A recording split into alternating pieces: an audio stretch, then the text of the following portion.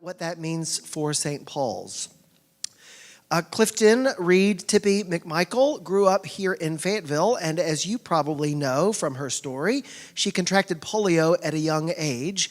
Tippy was a devoted member of this community, and in particular of this parish, delightfully well-humored and a successful businesswoman who loved this church and loved what this church can do in the larger community. Tippy McMichael left a sizable gift to St. Paul's through her estate, and that helped establish, among other things, the Tippy McMichael Lecture Series.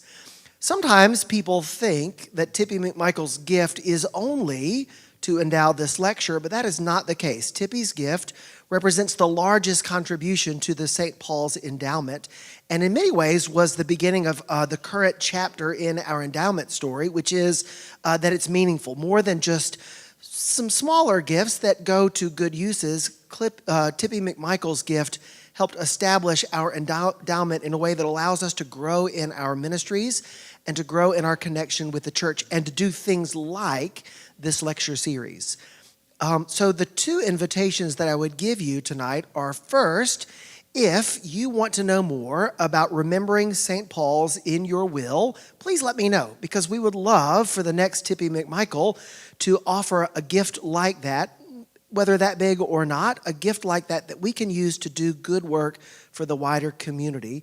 And we want to make sure that your gift is used in a way that reflects your heart and your wishes. So please, let's talk about that. We would love to be surprised by a gift, but I would love to help you give that gift in a more effective way. The second invitation that I would like to give is, I see many of you here every time we have a Tippy speaker, because you love Tippy. You love what this represents in the community. If you're a person who loves the Tippy McMichael Lecture Series, we want you to serve on the Tippy Committee. The Tippy Committee gets to do fun things like dream up who will be our next speaker, to help welcome that person into our community, to make sure that person has everything that they need to enjoy their visit here and to welcome you all to this lecture. It's a really fun job. But we depend upon the generosity of those volunteers. So if you would like to be a part of the Tippy Committee, let me know. We would love to sign you up for that. Now I want to invite Carol Nave, our Associate Choir Director and Organist, to come and tell us a little bit about who we have the treat of welcoming tonight. Carol.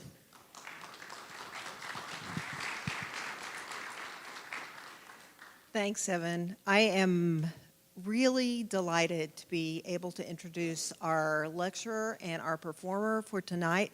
I've known Melissa Givens for about 25 years. We were colleagues in Houston, and I have been, I've had a front row seat to some remarkable performances that she has done. She was our chosen soloist for the American Guild of Organists National Convention, which I was serving on the steering committee for in 2016 in Houston. And she also premiered a cantata at St. Thomas Kirche in Leipzig, and I got to go and hear her do that. It was for the dedication of the Peace Window there. And so we've had some really good times together, and I'm so happy that she's here. Melissa is an American soprano, recognized for her rich and powerful tone. She is celebrated for her expressiveness and intelligent interpretations, performing music from the Baroque to contemporary. She champions music of women and African American composers, and she's done many, many new works, including Lullaby by Florence Price, and she has released her second solo album entitled The Artist at 50 on the Centaur record label. She, in addition to her performing career, she serves as Associate Professor of Voice, Head of Voice Studies, and Coordinator of Applied Music at Pomona College in Claremont, California. And a fun fact, she is a smart cookie. She has been a contestant on Jeopardy! Yay. Tonight she is joined by our own organist and choir master, Jack Cleghorn, as her collaborative pianist. So please join me in welcoming Melissa Givens.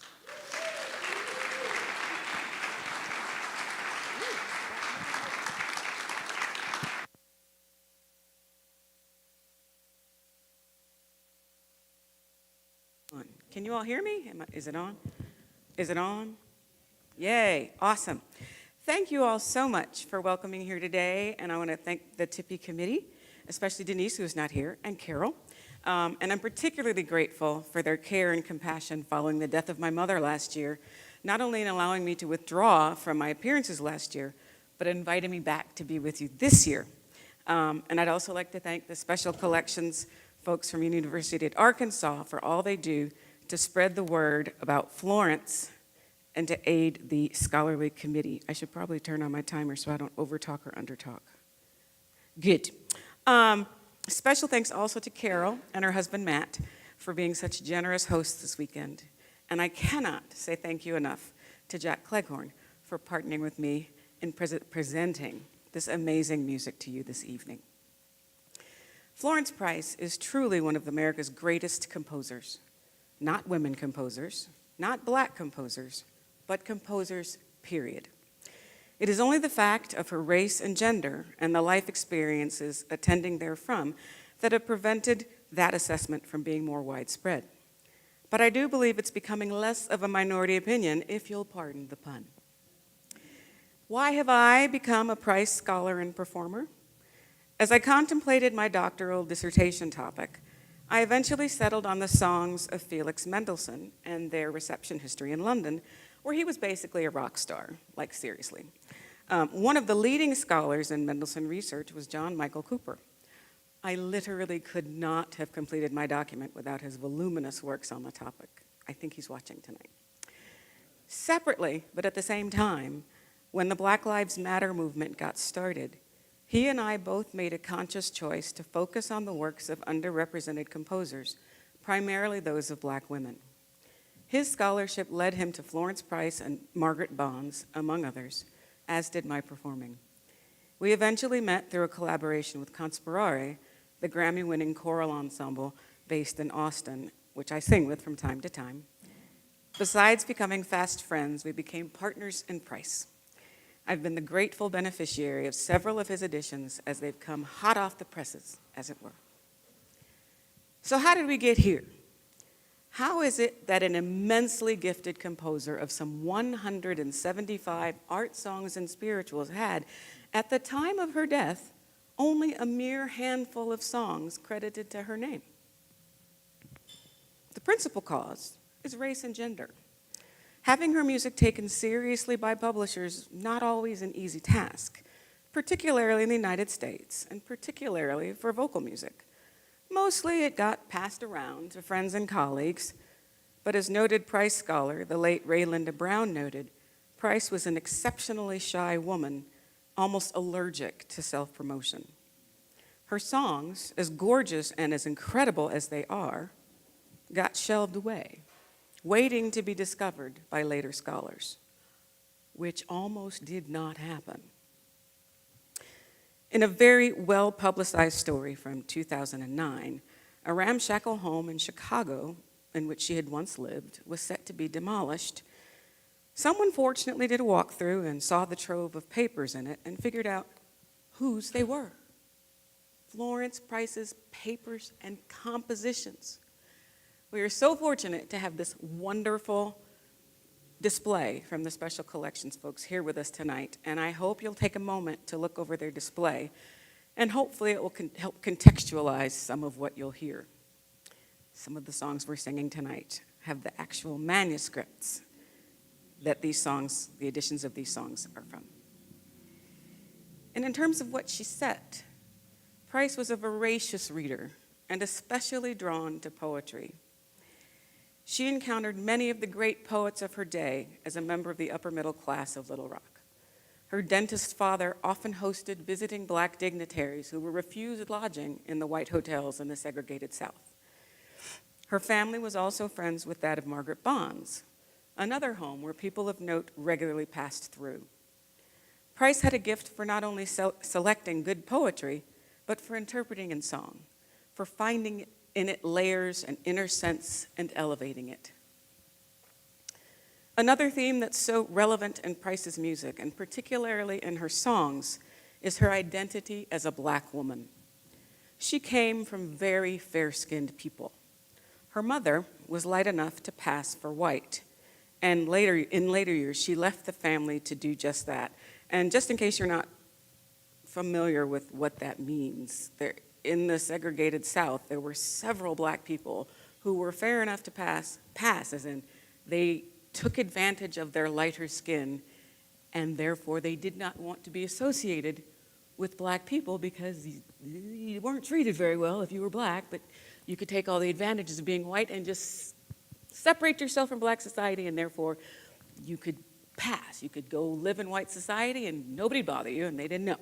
A lot of great movies about that. In Florence's last year at New England Conservatory, her mother encouraged her to pass as a Mexican and change her residence to Pueblo, Mexico, and avoid discrimination and any problems that might result from being a black person.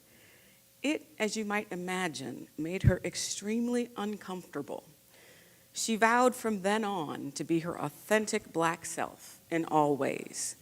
It is a trait that can be seen in many of her compositions, both in terms of idiom and in text choice. One might imagine that her relationship with her mother was fraught. And this was also a theme that revealed itself in her songs. There was a long-standing tension between them about not only the passing issue, but about race and class in general. When her mother left the family shortly after her father died in 1910, the two remained estranged until her mother's death in 1948. She did not want to associate with people of low class. She did not want Florence to associate with people of low class. She wanted to make sure they had the best house. She wanted to make sure they had the best furniture. She was a businesswoman on her own, but she basically wanted to make sure that they were separate from the less good people of Little Rock. And Florence really wasn't interested in that. Her father was much more accepting of people. He treated everybody as a dentist. He treated white people. He treated black people. Am I still? Yeah, good. Come on. He treated everyone, and he treated everyone equally. And there was an anecdote that you were so equal in his practice that the governor, who was one of his patients, knew that if he had an appointment and a black person was before him, the governor waited. There was no special treatment from Dr. Price. Florence married twice. Neither of those were good marriages. She divorced her first husband. She left her second husband. There was abuse. And her second marriage, the end of her second marriage, left her homeless, her and her children. She went to the home of Margaret Bond's mother and stayed there for a while. And that allowed her to meet again some of the leading poets of the day. And that's one of the places where she encountered County Cullen, who was one of the many poets that she met and Sept. She, again, was very interested in poetry, and she met so many poets, and she was involved in the James Weldon Johnson Memorial Collection, which was dedicated at Yale University. I think that year was 1948.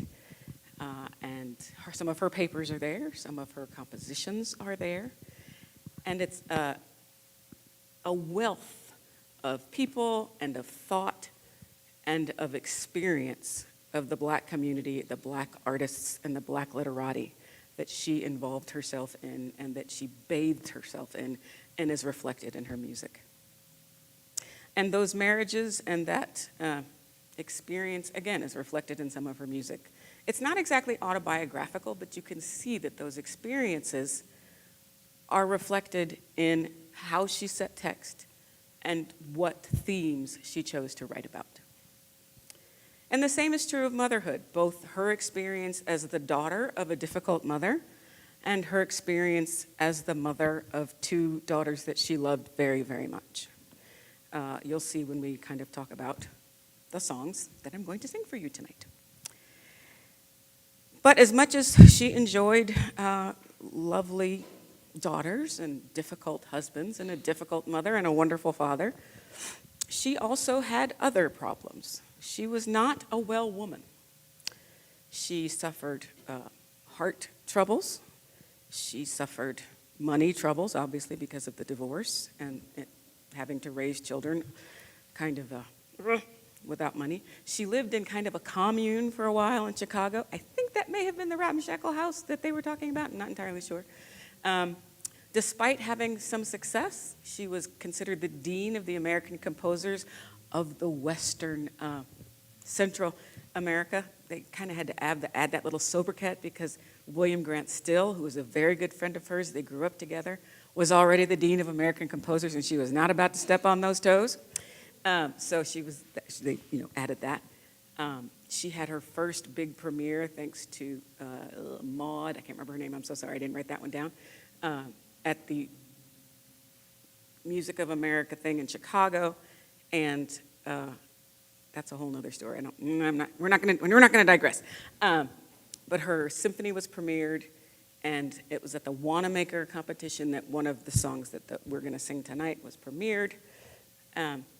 She had various forms of success, but despite all that, she still had to contend with her health issues. And she was intending, right before she died, to go to London. She had everything ready. She'd gotten her passport, which is a whole nother set of drama because they didn't really know exactly when she was born, and they kind of need to know when you're born to get a passport. Why didn't they know exactly when she was born? Well, when you were black in America back then, they weren't real good about records. So they thought she might have been born in 1887. They thought she might be born in 1888, so she had to get an attestation from someone who was around when she was born. And they said, okay, she was born in 1880, whichever they decided upon. And then she had to say how many other people were in the house. And she didn't say she said she was the only child of the union. Well, she had a brother. Why didn't she say she had a brother? Well, it turns out not only did her mother bug out, her brother bugged out. He was also very fair, and he also didn't want to be a black man in America. So he also let out, I believe for Indianapolis, where her mother was, to pass as white. So it was just Florence, according to the official documents. And on her passport, she was the only child of that union. She was born in whatever year the attester said she was. But she had a friend who was very close to her, who was sort of, we're not going to say clairvoyant, but she had these thoughts, these feelings that had a remarkable tendency to come true. And she said, Florence isn't going to make that trip. Because everybody kept asking her, why haven't you packed? Why haven't you prepared? Why haven't you done anything to get ready for this trip to go with Florence to Europe? And she said, that trip's not going to happen. It didn't happen because Florence had another one of her heart episodes and landed in the hospital, and she died. So unfortunately, the friend was right, and Florence never got to go to London to accept whatever prize she was going to have at London. So, what do we make of that? Why don't we have many publications? Why didn't we have many publications? Because we didn't know where the pieces were. What existed before this trove of things went to the University of Arkansas? Well, before all that happened, we had some things that Raylinda Brown had published. We had some things that Vivian Taylor had published back in the early 90s. We had some piecemeal things that people had that had been published. But then the waterfall. Richard Hurd in 2015 published 44 art songs and spirituals, courtesy of Glendower Jones. Barbara Jackson. Oh, the 44? Oh, Richard Hurd didn't do it? Okay. Oh. Gotcha. Y'all, you just don't know. Glendower Jones. Thank you. This man has single-handedly kept the singer community afloat, and we could not do it without classical vocal reprints. So if you ever buy music, please buy it from classical vocal reprints. But yes, it is now published by classical vocal reprints, but Barbara Jackson did, in fact, publish it first in 2015. I see. So I didn't know it. No, perfect. Hey, this is a collaborative event. I'm all about collaboration. If I get anything else wrong, we can't have that. Okay, so yes, Richard Hurd. And then Hildegard has also picked up some of her things, I believe. Yes, right. Yes, yes. And then Michael Cooper had his Damascus Road experience and got busy. Yes, very busy. Anna Marie Condashe, who is a colleague of mine from Houston Days, decided she wanted to get involved in working on Florence Price. She was going to put a CD together. She said, I want to do some Florence Price, and he got to the archives, and Karen Slack decided she wanted to do an album. She sent somebody else to the archives, Richard Spinelli. He's no Michael, but it's a nice album. Michael Hawes, who's a colleague of mine from Conspirare, he did a beautiful CD also. So there's just this huge, I'm going to say, resurgence, renaissance of interest in the music of Florence Price because it's very good. And if you haven't heard a lot of it, there's lots of it out there now. There's several recent albums. There's also great Ege, she's a pianist out of London who's done some beautiful work with that. Althea Waits has done some beautiful things in the piano sphere. I can't think of all the names right now. But anyway, that's happening. So what about the songs we're going to sing tonight? There are 11 of them. On your program, I think you have the poets of all of them and the dates that we know.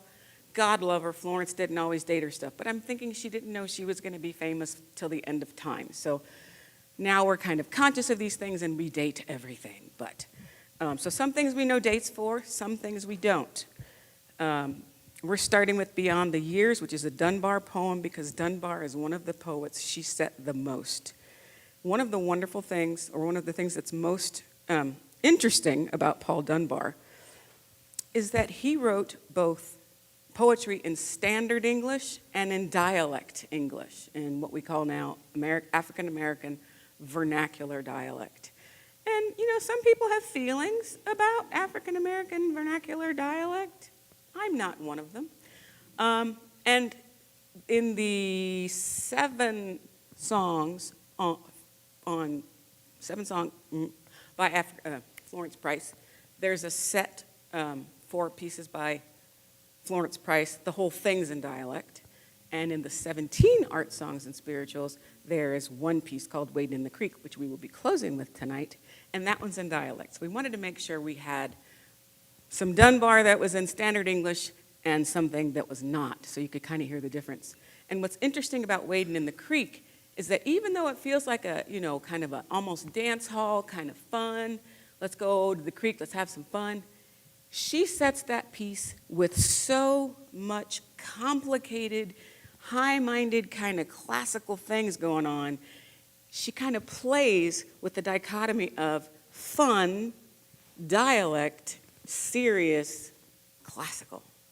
Florence Price does not have any problem layering idiom. She is very proud that she's a black woman, and she's going to take those African American idioms, and she's going to say, I don't care if I'm a classical musician, I'm going to give you some stuff, I can take my classical half, and I can take my historical half, and I'm going to make you love them both, And I think musicians are often afraid to embrace all of their identities, and she was not. She embraced it all. And I think that's one of the things that made her wonderful. I think one of the other things I would love for you to know is that her motherhood side was so strong. She did the lullaby and the Brown Arms. The Brown Arms was written right after her mother died, the year that her mother died. And the lullaby of Hughes was probably right when she was thinking about her own being a mother. The Prayer in Spring was written right after World War II ended, and I think that and probably Beyond the Year, Strange Borders has a lot of resonance with where we are as a country right now. There's a lot going on, and I think we kind of need to find some grounding. And I think a lot of these texts give us ideas on just being grounded. Elizabeth Whittier was the sister of John Greenleaf Whittier. She was an abolitionist. Some of these people we don't really know. Tolson, can't find anything on him. Maud Kane, she was from Iowa, but that's about all you can find about her. She didn't mind doing women, she loved women poets. She said a lot of women poets because, again, that was one of her identities. And then finally, God Gives Me You she said it many times because I think she gave it to friends for weddings. She composed that one for her daughter's wedding. And it's just gorgeous, so I hope people do it for their own weddings. So that's all I have to say about that, and now we're going to sing some stuff.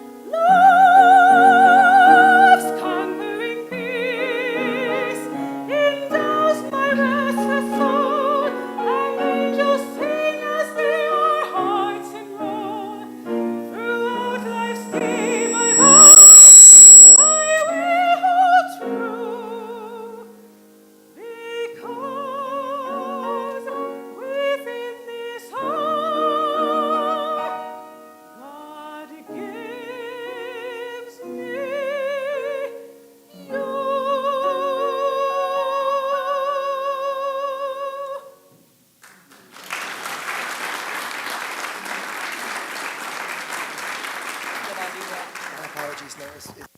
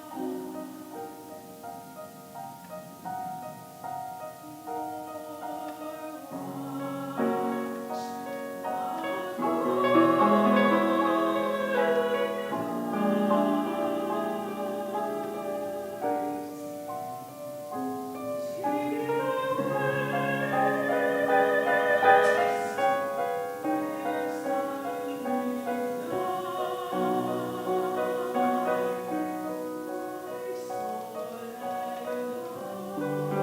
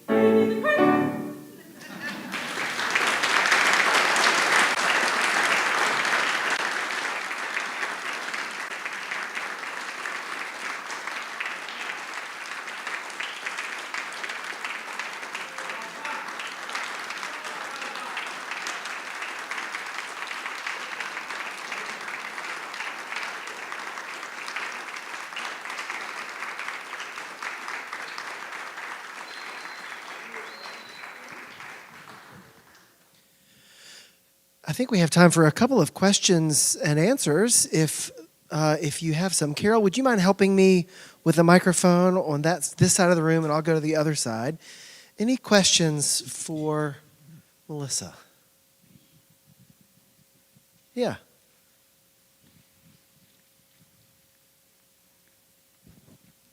Thank you. Thank you. That was just beautiful. For someone who's taught poetry for almost 50 years, I'm always fascinated when I hear wonderful settings of poems to art songs as you've done them. As you studied music and as you teach young singers as well, are there certain principles about taking a poem and setting it to art song that you teach them, that you've lived by, that I've been an Episcopal chorister forever, but our poems are always very metrical, blah, blah, blah, blah, blah, blah. But yours are not. Yours are art songs. So what are the principles? What are the ideas that you teach and you live with? Well, I do make them look at the original poem because I think that's important. And I ask them to study it because all of these were originally poems. And I don't think you can sing a song unless you've seen the poem. And sometimes they're hard to find. They've all been, sometimes the poems have been taken out of their original metrical context. And there are websites that do try to put them back in the original, metrical context.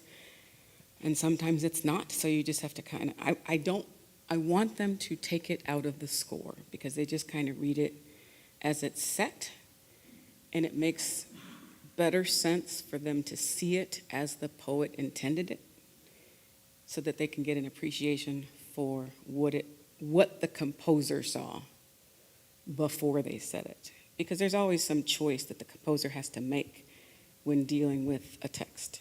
Sometimes they don't set all the words, sometimes they leave out a stanza, sometimes they change words, and sometimes a composer doesn't have the chops they think they have, and they set things so that the syllables aren't right. So you have to kind of see what the original material was and approach it appropriately. Yeah, Thank thanks. you. Other questions or comments? Yeah. I read the biography of Florence Price by Raylinda Brown, and I know I worked in special collections when they were acquiring the collection and knew that she was there doing research. Is there a thought or something underway to update her book?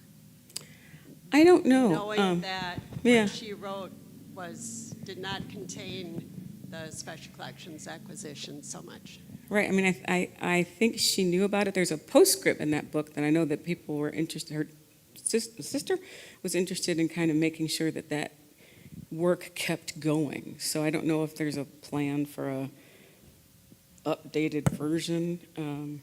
I hope somebody. I mean, I don't know. That would be great.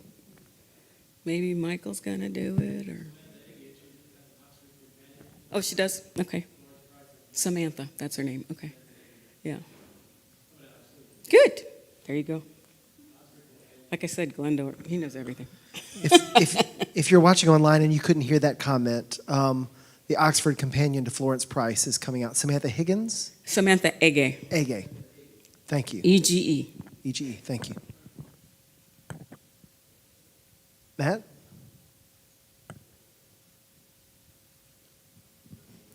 Sorry, my wife didn't want to give me the microphone. Are there any cinematic depictions of any of Florence Price's works that you're aware of? Not that I'm aware of. I was just curious. It would make sense. I have a question, if I may ask. I feel like there are some influences in our culture that seek to silence or at least intentionally forget or erase Yes. the lives and expressions of the vulnerable, those who have been oppressed, particularly Black people, but women. Absolutely. How do you experience music and art as a way for us to not lose touch with what many are trying to silence? We keep doing it. We insist on the arts being part of the curriculum, part of programming. I mean, unfortunate, and NPR really did an excellent job of keeping this sort of thing forefront. And with the defunding, we just encourage more people to make the public and public radio a bigger part of what it is. I mean, now that it's lost federal funding, until things change, we have to really take up the mantle and do our job as the public and make sure we support it, make sure we go to concerts, make sure we fund and support the arts, things like the special collections. And when there are artists putting on these things, there are so many small arts organizations doing this work. There's the Arts Alive, Leader Alive, the Cincinnati Song Initiative. There's just tons of organizations doing this sort of work every day, plugging in, doing the work. We just have to support it. Cambridge, yes. And Samantha Iggy is co-authoring a biography on Florence Price with Oxford University Press. So there are two things. Yes. Thank you. Two questions over here. Good evening. Thank you so much for giving us another chance here to see you. We really appreciate you being Thank here. you. Your voice is a gift, just a gift. Thank you so much. It was a gift to hear that. Well, in order to plug our very own product here, Dr. Jim Greason with the University of Arkansas did a documentary on Florence Price, The Caged Bird, which is available via PBS. It's been airing on PBS stations, but it's a very nice piece. It's a very good piece on her life and her work, and that's Dr. Jim Greason, and it's called The Caged Bird. So Is it available on Passport? I don't know what Passport is. Oh, it's the PBS streaming Oh, yes. thing. Okay. Yes, it is. Thank you. My question, first of all, I love the choice of all of those different pieces. And it was like just when I thought, oh, that's my favorite, then, oh, that's my favorite. I mean, they just all were so beautiful and delicious in so many ways. Thanks. How did Special Collections get the stuff from Chicago? How did somebody know to work with Special Collections here in Arkansas to get that stuff here?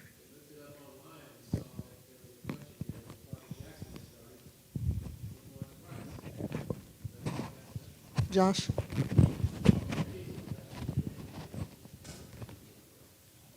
That is accurate. We were talking about this earlier, is that the collecting and special collections had been going on since the 1970s in some parts. And so Barbara Jackson and Mary Dingler Hudgens, who is a librarian, had worked together to develop a very small archive.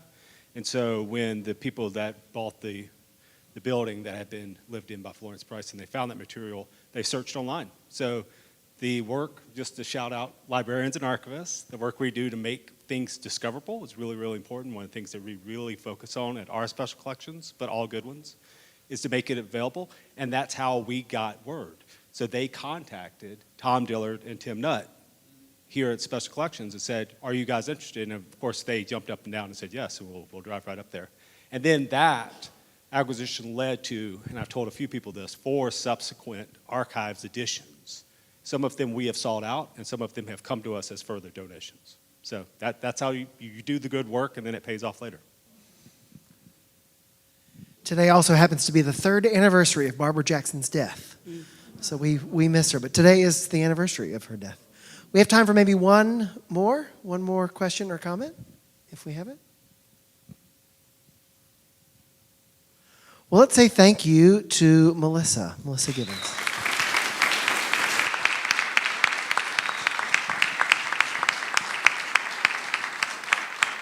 Thank you all so much. Thank you. Dr. Givens will be back with us tomorrow morning in this space at 10 o'clock, so I hope you'll be here. If you're not able to be here, it will be live streamed, which means you'll also be able to watch it either live or after the fact.